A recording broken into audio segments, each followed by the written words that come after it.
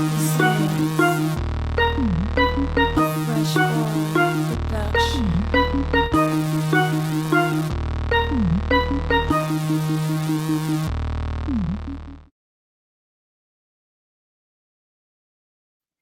What is going on, everybody? This is Coach Coleman, Jesse Coleman, and welcome to Breakthrough Blueprint, the podcast where we help you tap into your full potential. And on this week's episode, I have a special guest, an author. She just recently released a book, and we're definitely going to dive into that. And we're going to talk about this book not only from the aspect of for my real estate agents that listen, but also for just people in life. Like one thing I realized is that and then I didn't know it was a phrase, omnivert, I guess. It's a mixture of an extrovert and introvert. And I know for me, it shows up every now and then, depending on my surrounding. So I'm glad she's here. We're going to talk about the book, talk about all things about being an introvert and how she's able to do the amazing things that she does. Not only is she's the author, but she's also a keynote speaker. Um, just recently, she was with James Shaw at an event that he had. And for you all who listen, James Shaw was on the show before. So without further ado, I'm not going to keep talking and rambling. I am going to bring her to the stage. Welcome, Ashley Harwood. How are you? Hi, I'm great. How are you? I'm doing good. I'm doing good. So let's talk about the book. Like, how did that come about? What made you say, "Hey, you know what? I want to write this book." I've actually been thinking about this book for years and years and years. And it was more just a matter of timing and when was going to be the right year to take the time to write it because it takes a lot of time and effort. And so at the beginning of 2024, that's when I said, okay, this is going to be the year we're going to figure this out and get it done.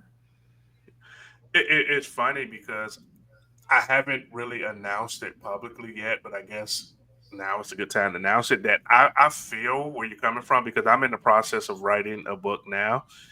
And let me tell you, I feel what you just said wholeheartedly. And I am just in the beginning stage. And I'm like, holy crap. Like, this is it's one thing for me as a person that I really love to speak and teach. But now it's like, hey, you have to write those things down that you usually say to people. And it's like, okay, now I gotta make sure that I'm filling in the gaps and I'm not leaving things out. So I feel you on that. Yeah, well, happy to chat offline about it if you ever want to pick my brain. It does help to have an outline, and I remember feeling very overwhelmed by the prospect of writing everything down until I realized I already have all the content from my classes. I just have to organize it and then fill in the gaps, like you said. So that does make it a little easier. So the book, and I'm going to throw it back on the screen. So for you all that's listening, go to YouTube and you can be able to see it, and I'll put the link in the description where you can go purchase the book. It's Move Over Extroverts: How to Build a Successful Real Estate Career as an Introvert. And I want to go more on the before we go to the business side of the thing on the personal side because it goes hand in hands. Like I know for me, I've felt myself when I have to go to events or I'm at a party somewhere. I'm like, I just want to go in the corner and I don't want nobody to bother me. Like what's this? How have you been able to navigate through that with being in the position you're in where, people want you to come speak and, people want to talk to you about things? How do you handle that? I've learned to be very, very intentional with how I spend my energy, not just my time, but my energy, because they're very two totally different things. So I plan in advance for those expenditures. And I know that if I give a talk, I'm going to talk to people afterwards. And all of that is going to be me giving away my energy, which is a good thing. That's what we're supposed to do throughout the day. We're supposed to use it and help people. But then I know that I need to have not used it all before I get to that point and have enough in reserves. So, is there a routine that what is your routine before you speak or meet with people? And then do you have a post presentation routine? Because I know I do. So, I want to know what does that look like for you? Yeah. For me, I need alone time. I need quiet time before my talk. So sometimes that looks like being in the hotel room by myself for a few hours first. Sometimes it looks like being in the car by myself if I'm driving to an event and just going to go on stage right after. And then afterwards, same thing. I need to take some time. I have enough in me to do the thing and talk to people, sign books, and take pictures, and I love all of that. It's really fun, and it also is a little draining. So I plan for that, and once that's all done, then I'll go hide again for a little while, and then I'll come back out for like an after party or dinner or whatever. I love that because I know for me, that's one of the things I don't want to say struggle with, but I don't take in consideration that time afterwards to decompress, regroup, and then go to the event afterwards. Like teach a class or speak, meet with them, take pictures, have conversations with people, and then go straight to whatever is going on afterwards. And I feel like, okay, I'm so drained from that. And I like the idea of that you say you give yourself that time in between doing the evening activities to say, okay, I'm going to go back to the room and I'm going to decompress. I'm going to have my recharge time. Yeah, it's necessary for me because I will really feel it in a big way if I don't do that and I'm not at my best. And I hate that feeling. So I need that for myself. And thankfully I'm at the point now and I think people realize that I need that time so no one's offended by it. But if you need to, you can just say, I have to go back to the room, make some calls, whatever, make up some excuse. Yeah. And you know what's funny? That's the beauty of you being the author of this book because people know they know, okay, if she wrote this book, I know I can't be, hey, let me talk to you. Hey, this and that, because she literally wrote the book on having how to deal with that. So it prepares people to say, okay, I know she needs her space or she needs a little time to, regroup. And then when she comes back around, we can have that conversation. Yeah, absolutely. And I always say it with a lot of kindness and love, and I want people to come up to me. I do. Don't get me wrong. If people are listening to this, please do come up to me. And if I need my alone time, I will just go take it. It's not a big deal. Yeah. But I had this experience after the James Shaw event. The next day, I was invited to spend the day with some folks at the pool, and I said, you know what, I would love to. And I've planned ahead. I actually booked a different hotel for the next night so that I could be by myself on purpose and sit by that pool and just be totally anonymous. And at first, I think it was like, oh, I'm a little taken aback. But then it was an understanding of, no, this is what I know I'm going to need. So it's nothing personal. It's just, this is what I need.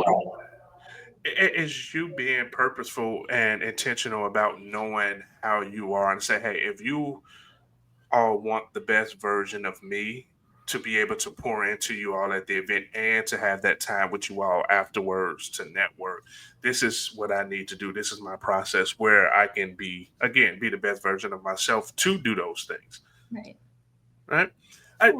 Let's dive in into the book and for real estate agents. It's funny because I'm coaching somebody and he's like, Jesse, I just get overwhelmed going to events. I'm like, I just, it just drives me crazy. And I gave him a little advice around that. But for you, when now we're talking about events where if you're not speaking or you're not presenting and you're there as a spectator, what Mhm. are some tips or what are some of the things that you do in that setting to make sure again that you are taking care of yourself? The biggest thing is not packing my days too full. So it's funny, in a couple hours, I'm going to be teaching a Yeah. whole session on this topic. But that's the biggest thing is for any big event, there's too much to do for anyone. I don't care if you're an introvert or an extrovert. There's too much to do in the day, and then you have to do it all the next day and the next day, and then be out late at dinner, and then the after party, and then you're out drinking until 2 a.m. It's like that's not a sustainable schedule for anyone. So, and it's not meant to be. It's meant to be, here are all the options in the agenda for you to pick and choose from, not for you to say, I spent all this money to be at this event, so I have to go to everything, because then you're not going to get anything out of it. Yeah. So for you all that's listening, it's funny because when we release this episode, it's going to be right in the middle of a convention. So when you wake up in the morning and you're getting ready for the day, you're listening to this. Be purposeful about the day. I'm like, okay, let me plan out what that schedule looks like for me, and give myself that time in between to say, okay, let me go and just have that alone time, so I'm able to do the things that I need to do. Yeah, either have alone time or plan one-on-ones with people. Like, I know it's going to be, if it's in the middle of mega camp, this might be hard to do, but those one-on-one connections with people around the country, in some ways, that's more valuable than listening to somebody on a stage. 100%. I know for me, it's a more so about the relationships than the education piece, because at some point in our careers, you're the same way that you know the process, you know the things. Yeah. Now us doing them on a consistent basis, that's a whole nother episode. But knowing the things where it's like, okay, who are the people that I don't know that I need to know, and who are the people that I know that I need to solidify or strengthen that bond with, to make sure our relationship is going strong and progressing. Yeah. All right. So, how was it being an introvert? I always I struggle with this, and again, it was a mixture. I don't know if as I got older, I became an introvert, or if it's because of situations that happened. When was that like realization for you in your life of like, hey, you know what? I am an introvert. Like, this is the reason why I get frustrated around people or things like that. I was driving in the car, listening to an audiobook, and the book is called Quiet. Highly recommend it. It's quiet, and it is written by a woman named Susan Cain. She is the leading authority on introversion.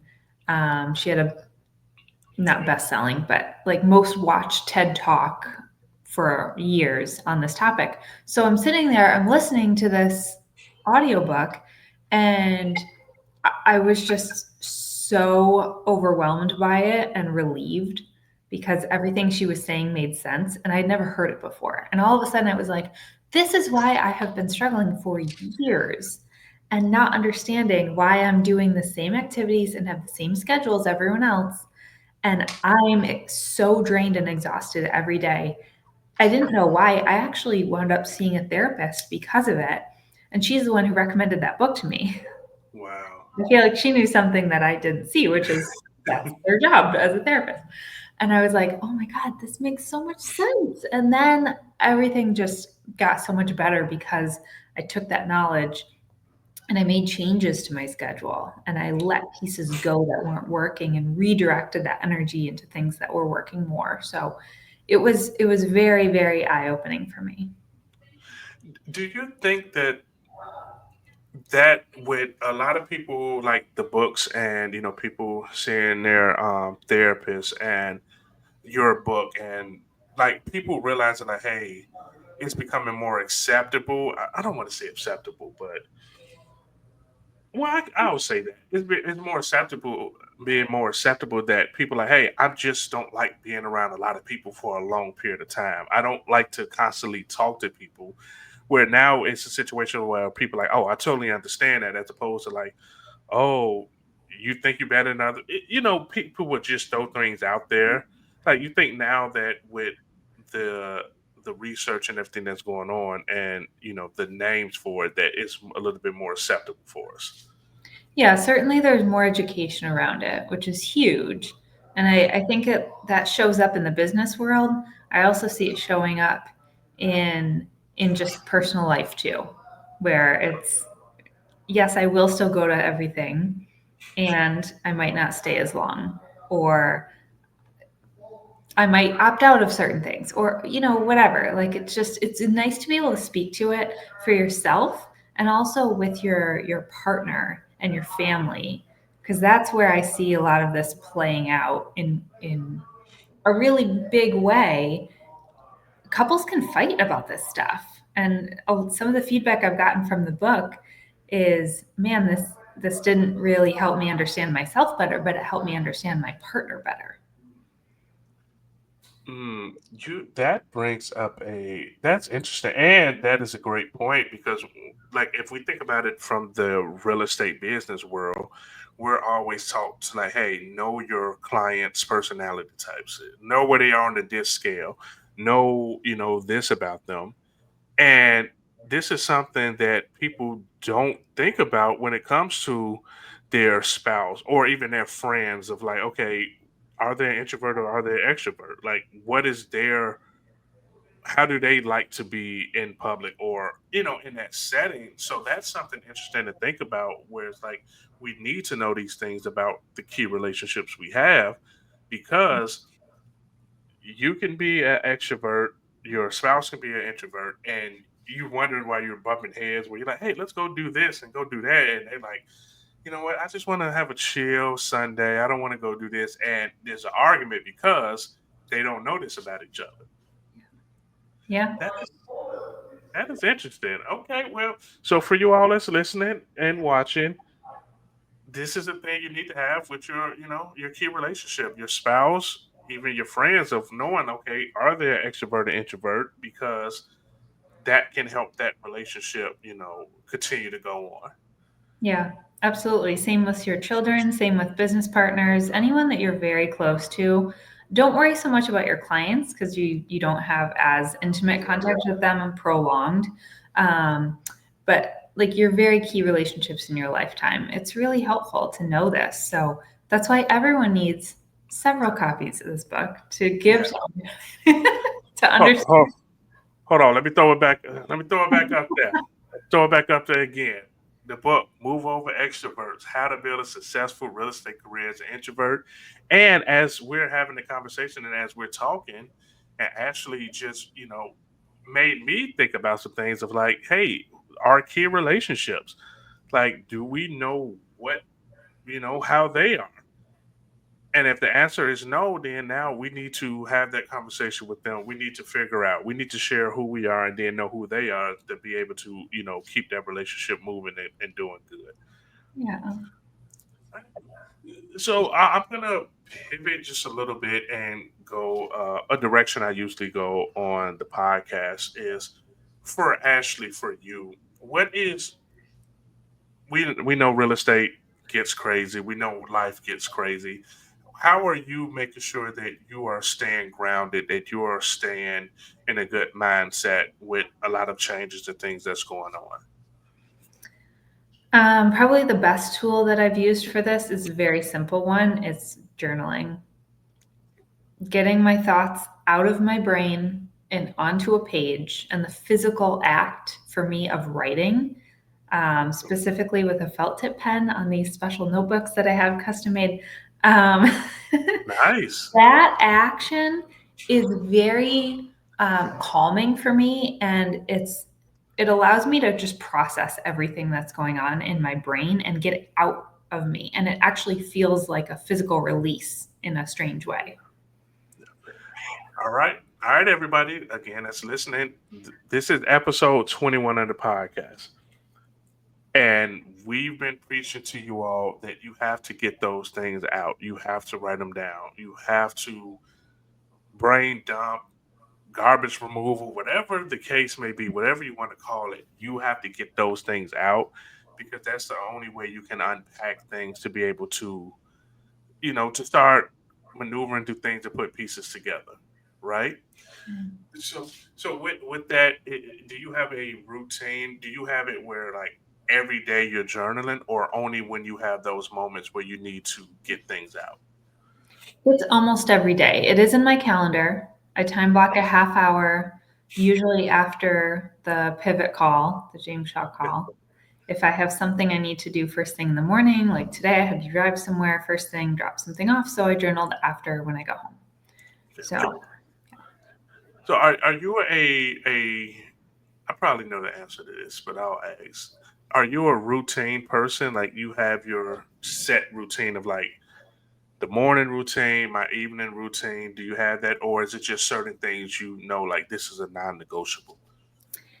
It's not as strict as I would probably like it to be. It's a little more fluid, and I feel like part of the reason is I'm still building out what I want the routine to look like. And I also don't want every single day. For me, I don't want every day to be the same because I'll get bored. So I need to build in 1 or 2 days a week. I'm going to the office. I'm not working from home. The days I am working from home, I have my things that I am doing. Sometimes I'll throw a yoga class in the morning just to mix it up. So it's not a super strict routine. However, it is a every day I know that these are the things I'm working on. I love that because a lot of times people feel the need to feel like everything has to be so structured down to the minute of So, 9 to 9:15. I have to do this. 9:15 to 9 to 10:30. I have to do this, and then when one thing get throws off, it throw off everything else, and they get overwhelmed, and they you know feel like having a breakdown. So I like for you, it's like, hey, you have your non-negotiables, but everything else is like, okay, it's just gonna flow, and that's how it's gonna go. yeah. And I think that flexibility sets you up more so for success than being super, super rigid. Yeah, I love that. All right, how did you?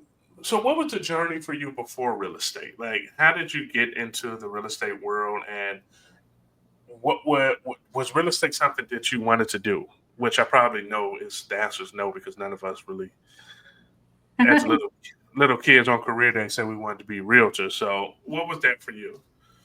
I was the weirdest kid ever. I was 7 years old and I did want to be a realtor. Wow. Yeah. I remember there was a house channel. It was not HGTV. We weren't that fancy. This was like late 80s, early 90s. But I would sit there and watch this TV channel, and it was the newspaper clippings of the MLS listings, and it would just show the newspaper clipping one after another. And I would sit there transfixed, and my parents thought I was super weird. And I would be like, okay, well, this one's smaller, but it's more expensive. So why is that? And each one, you didn't have a lot of time before it would move on to the next one. It's just these little black and white with one little picture. So real estate had always been in my mind for some reason. I don't know why. My family's not in real estate. There was no reason for me to be interested in this. Yeah. But I was just drawn to it. So I looked into it seriously as a career path while I was in college. And I realized, oh, you have to spend money and you might not make any money. I'm out because I need a paycheck. So put it on the back burner. And then fast forward several years, I was working in retail at Neiman Marcus and getting frustrated with like getting a promotion, but then there was no more promotions unless you Right. moved somewhere else. I'm like, okay, this is not. So then I revisited real estate, and at that time it was just the right time in my life for me to be okay without that income right away. Yeah. So made the leap.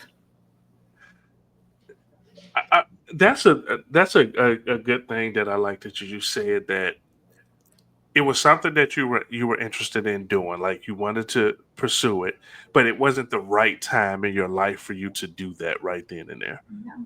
Like, and I hope you all that's listening and watching, you all caught that. Like, that's not something we're gonna let just go bad. Like, there may be some things that you want to do in life. There may be some things that you want to pursue, but if it's not the right time right then and there for you to do those things, don't get discouraged. Don't get down. Just know, like, okay, things are gonna happen when they're supposed to happen. And like for you, the time popped up. Like, okay, this is the right time that I am going to make that transition, right?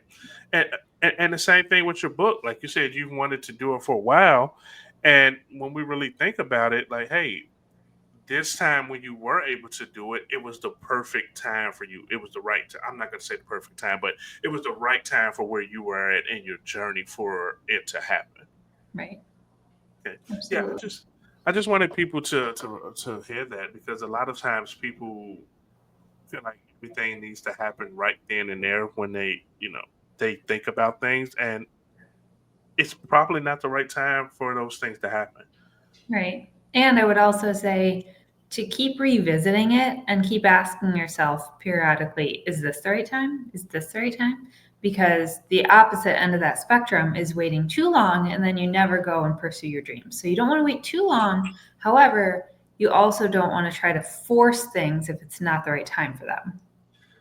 I, she just dropped another bomb. Said there's no, because it's funny because you are 100% correct. Like you have two set of people, well, three set of people. You have one person that they want it right then and there, and it may not be the right time. Then you have the other set of people that wait too long when that time did show up, and then that third set of people like, I'm just gonna do it. Like I'm gonna make it happen. So again, it's just making sure that you revisiting that goal, making sure the goal is still a goal. If this is what you want to accomplish, and then just do it. Yeah. And it's also okay for the goals to change. Yes. We don't give ourselves enough permission to change our minds. Yeah. And to that point too is that a lot of time people get so caught up on the goal that they don't fall in love with that process, Yeah. or they don't be, what's the word I'm looking for, they're not where their feet are, so quote unquote, sort of say in that process of like, hey, you fall in love with the process and then you're going to get to the goal. Right. Yeah. Is there another book coming behind this, or I don't know, maybe I shouldn't ask that question, maybe it's something under wraps, but I just wanted to No, know. it's not under wraps at all. It is, yes, there's another book coming. I have no idea when. Yes. I need to sell this one a lot more first, Yes. build this one up. The next one is probably, if I had to guess, 2027, 2028, somewhere in there. I want to give it a little time. And I want to do it differently. I think the next one I'd like to find a traditional publisher and go that route instead of hybrid. And it'll be much more universal. It's not going to be real estate specific. Gotcha. So, was this one self-published or? This one I used a hybrid publisher. Okay, gotcha. Okay, and I don't know anything. Like I literally just, my mentor was like, she's been on me for a few months. Like you need to write a book. You need to write a book, and I'm like, okay, fine, let me do it. So I'm just like in the writing process, but also in the learning process of the back end stuff for those things. So I'm glad to hear that, and we're gonna have to talk offline about it. We will. We will. I want to plug another podcast for any Yes. aspiring writers out there. It's called Don't Write That Book. That's the name of the podcast. Don't write that book. And the subtext is write this one, write the best book you can. It's Mike Michalowicz and AJ Harper, who are the authors of Profit First. Okay. So it's all behind the scenes. They even have a whole episode on publishing and how to choose what the publishing route for you. So it's a really good podcast. Gotcha. I am going to check that out. I'm currently reading a book too about that was recommended to me for that. So I'm looking forward to that process. And honestly, you are somebody that motivated me as well, because I remember when we talked before about you being stopping by the podcast.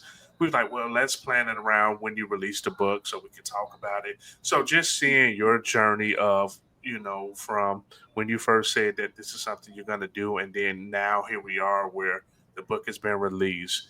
You were speaking at the James Shaw event. You're speaking at other places. Like when we get done here, you have a speaking event based around it. Like just to see that progress, it gives me motivation, the hope of like, okay, somebody I personally know has done it, and now in the process to continue to do it. Like, okay, why not me try to do it as well too? Right. Right. If I can do it, anyone can do it. But you're right. It is about falling in love with the process. And I'll share my process for writing. It was a lot of weekends. And I would go to this one restaurant during the day, like on a Sunday afternoon, and eat a very delicious and healthy salad and write at the bar. And I'm sorry for y'all listening, but no, for you all that's listening, there's somebody out there that's been thinking about writing the book, right?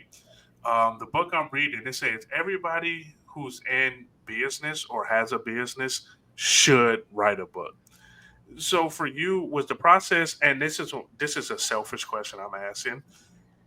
Was it more physical writing, or did you do voice to text, or was it a mixture of things? I did zero voice to text. It was all me typing on the computer. Microsoft Okay, Word. Microsoft Board. Okay, gotcha. Microsoft Word. Yeah. Word. Yeah, I gotcha.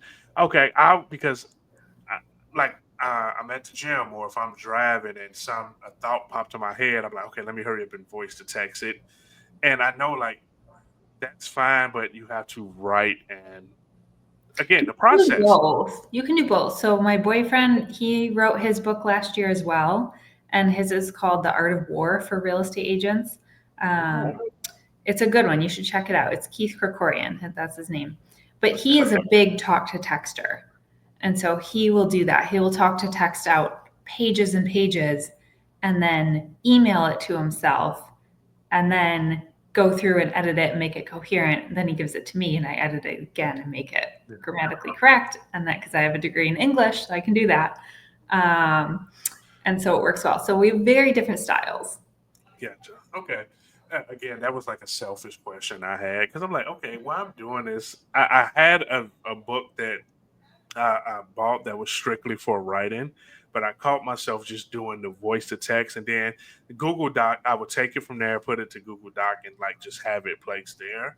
So I'm gonna try that. I'm gonna go somewhere, have me a salad since I am in the cutting phase of on my fitness jersey. So I will have a salad as well, and then just right through that.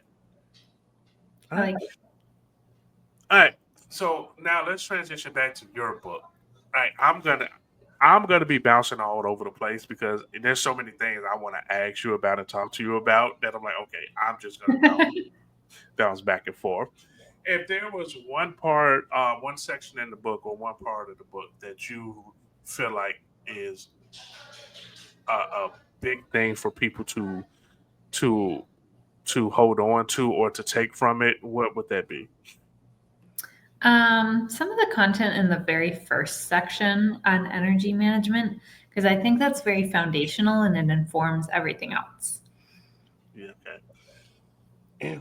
And that's one of those um, overlooked things is the energy management, the energy that you are given to people, especially in our positions, right? Where we're constantly pouring into others, we're constantly helping others, and it's like, how are you going to make sure you're managing that energy?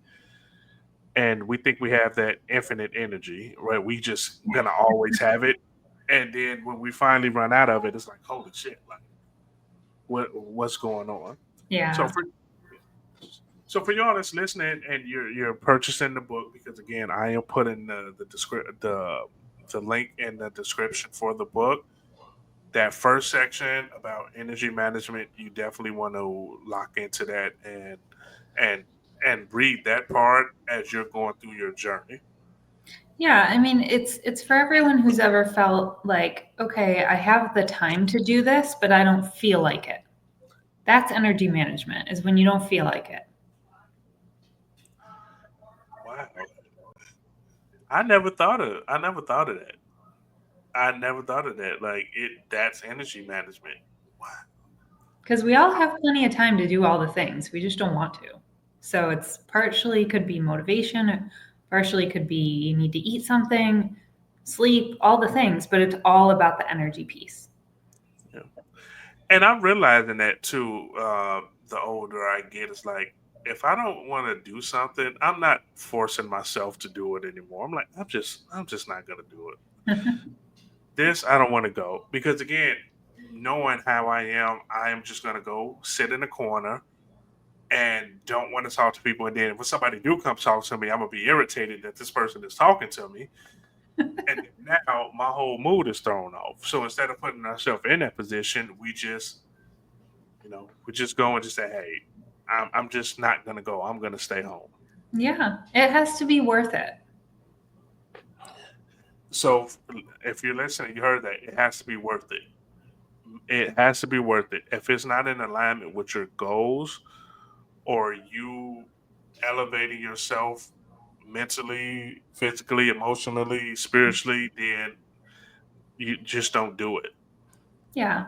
Yeah. And I mean, one way, I'm thinking of this analogy as I talk right now. This is not part of the book or anything, but Yeah. I'm thinking about that decision making process of going to an event or going to something and deciding if it's worth it. It's not only do I want to spend the time, do I want to spend the money, because usually there's a cost, do I Yeah. want to spend the energy? What if the energy piece, we just pretended it was more money? What if we pretended, okay, is it going to be worth it to spend $1,000 extra to go to this event? Yeah. And if it's a yes, it's a yes. If it's a no, then skip it. And honestly, that is a big thing when you think about it is time and energy, you can't get that back.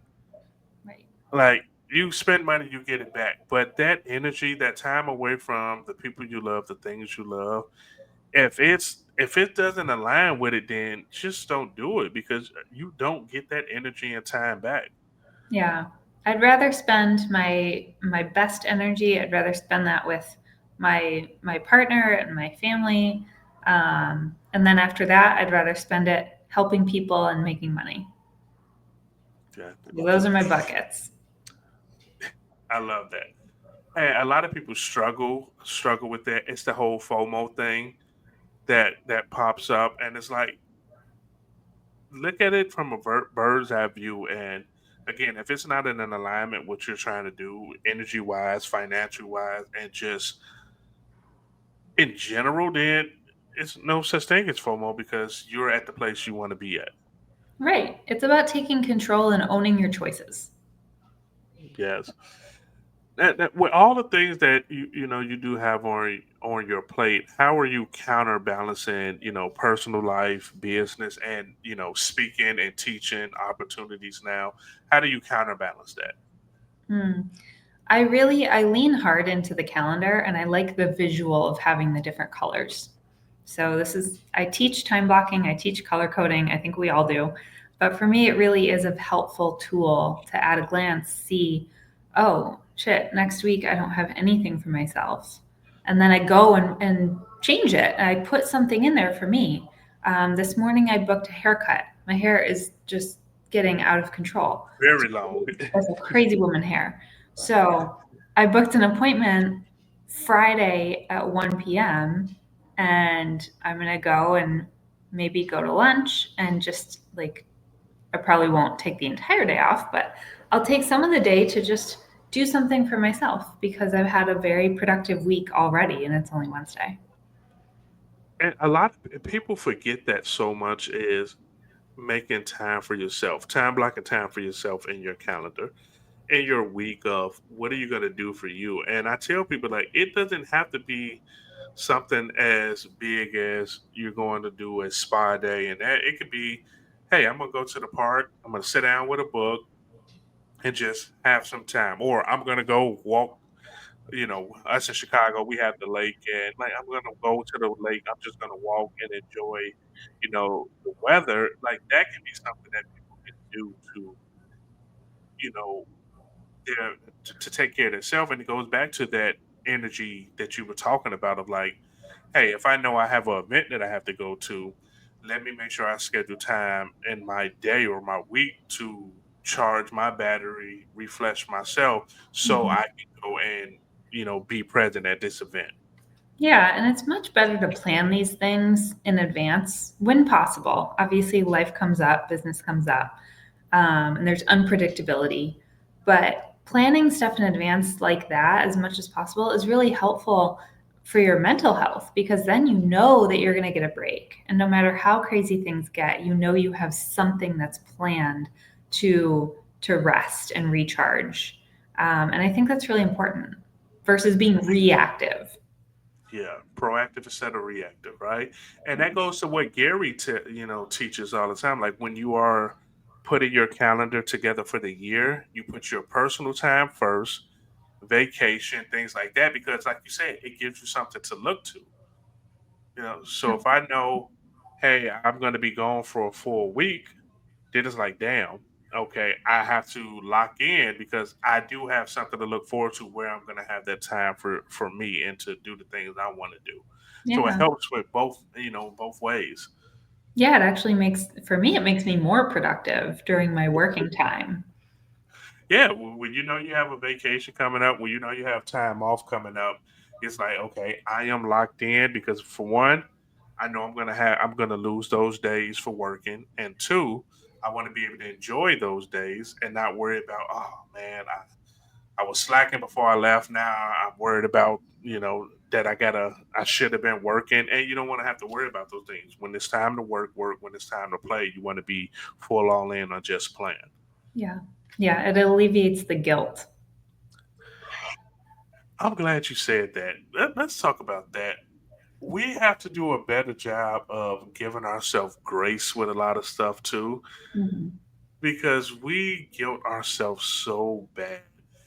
We do. What do you think that is? Like, I want to know from you, what do you think that is of why we're like that to ourselves?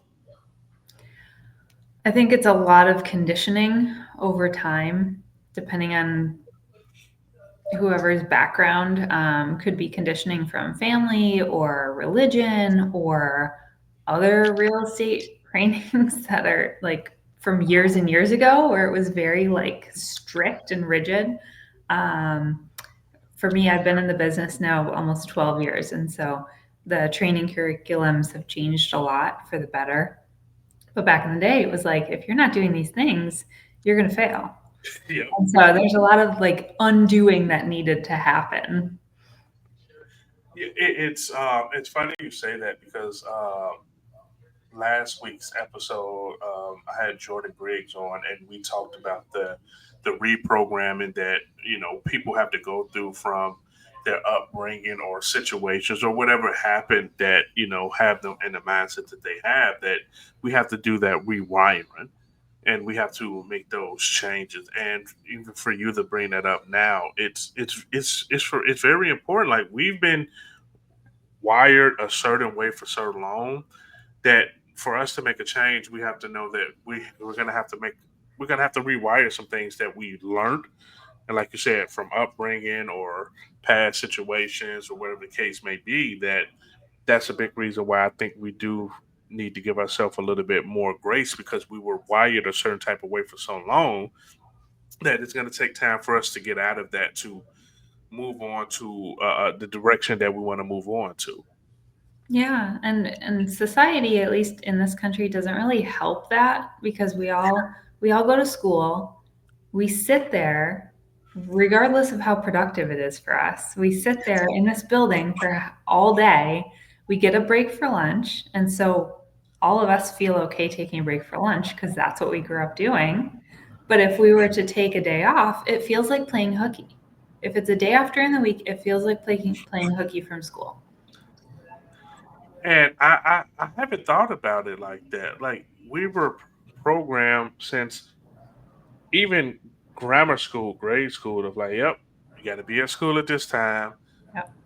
You have your lunch at this time. Depending on, if you were in preschool or kindergarten, you got to take a nap at this time. You get out of school, and it was that way from preschool into high school. And then that's why I guess you see a lot of people when they go to college that some people struggle because now you have a little bit more freedom than you did up until that point of got to be in school by this time, lunch at this time, go home at this time. And in college, it's a lot more freedom. Like, hey, you don't show up, you're gonna fail and you're getting kicked out. So we're Yeah. not gonna be on you to show up. And so it's that rewiring. So I don't think it's a bad thing, but it does explain where some of this feeling weird about it, if you're not in a corporate environment where you have a 9 to 5 and you have a more flexible schedule, but that also means we're working weekends. So we have to take time off during the week because otherwise you're working all the time and that's not sustainable. Yeah. Or sometimes holidays, because that's the only time where people that do work a 9 to 5, they're able and to go do things. So now you possibly working holidays. So it's the it's a thing of either way, right? That it can go either way. Um, what we don't have to go into detail, but was there a situation in life that helped you get that rewiring or that shift from possibly one way of thinking to the next for you? There wasn't one thing. It was me telling myself that it needed to change and needed to be different and giving myself permission like constantly for years. Yeah. So this is not an easy fix. It's not an overnight thing. You're not going to be instantly changed by reading a book. It's a constant unwiring and rewiring. Yeah. It's the slow burn, like it's a constant thing. And then when we think about it, like what I was talking about, that years of wiring, that what took years to for those habits to be created or that thinking to happen, it's not going to take, like you said, one book or overnight to change all of those years of that situation. Right. So for you all that's listening, that's probably in a place right now where you want to change, you know you need to change. Just know that it's not going to be an overnight situation for you. Like it's going to take time, and being okay with that, Being because okay with it, yeah. yeah, being okay with that. And I love that you said you gave yourself that permission, so to say, or you told yourself like, okay, this is the change that I want to make, and I'm going to make that change. Yeah, it takes time. It also takes support. I mean, having a good support system personally and professionally is huge. Like that can make or break. I've seen that make or break agents. Yeah. Even, and let's go deeper than that. Even just in life, like not having that right support system in life can really do damage to people. And that's why I'm very big on who's in your circle, who's in your surroundings. Like 2 weeks ago, I did a podcast, a solo one, where I talked about who's your spotter. And it's Mhm. like you're at the gym working out, you got somebody to spot you to help you do an extra 2 to 3 reps. Who's your spotter in life that's going to help you, hey, motivate you, let's go, you can do it. So it's back to what you said of having that surrounding, having that support that's going to help you do those things. It's so important because it's easy for us to spiral, and the self talk is sometimes positive, but sometimes negative. Okay, let's go there. Let's go there. That no, because we we are our worst enemy when it comes to that. We say things to ourselves that if a stranger on the street said it, we'll punch them in the face. I catch myself doing that all the time. And then I'm like, wait a minute. If somebody else said this to you, that would not be okay. Yeah, and I'm glad you said that. So for you all that's listening, one thing that I love about the people that I'm honored to interview is you all are real and you're transparent. Like you just said, you have to catch yourself doing that. Yeah. So for the people that's listening, they can realize like, hey, just because we're talking to you all doesn't mean that we have everything figured out. Doesn't mean that we don't deal with those same things. But like Ashley just said, when that happened, she called herself like, wait a minute, that's not okay. And I think that's the thing that a lot of people don't do is they don't realize like it's okay to have that thought and you have to respond right away like, no, that's not okay. Right. I feel like that's where some journaling comes in sometimes too, because I can go through the spirals of negative self-talk and then turn it into you should see my journals. Not that anyone will ever see them. When I die, please burn them. But it'll start off like, this sucks. I'm not qualified for anything. I'm terrible. Everyone hates me, blah, blah, blah. No one's ever going to hire me. And then at some point I stop, I get it out because it's important to feel the feelings and get that out of your system. That's important. We don't want to deny feelings. And then at some point I stop and I say, okay, this is not healthy. I'm writing this down. I'm like, this is not healthy. I have to stop.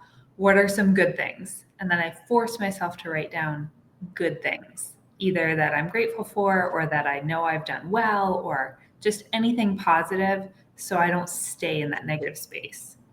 Yeah, and you just said something that is very critical is, and we talked about it a little bit earlier when we talk about the journaling, but getting it out.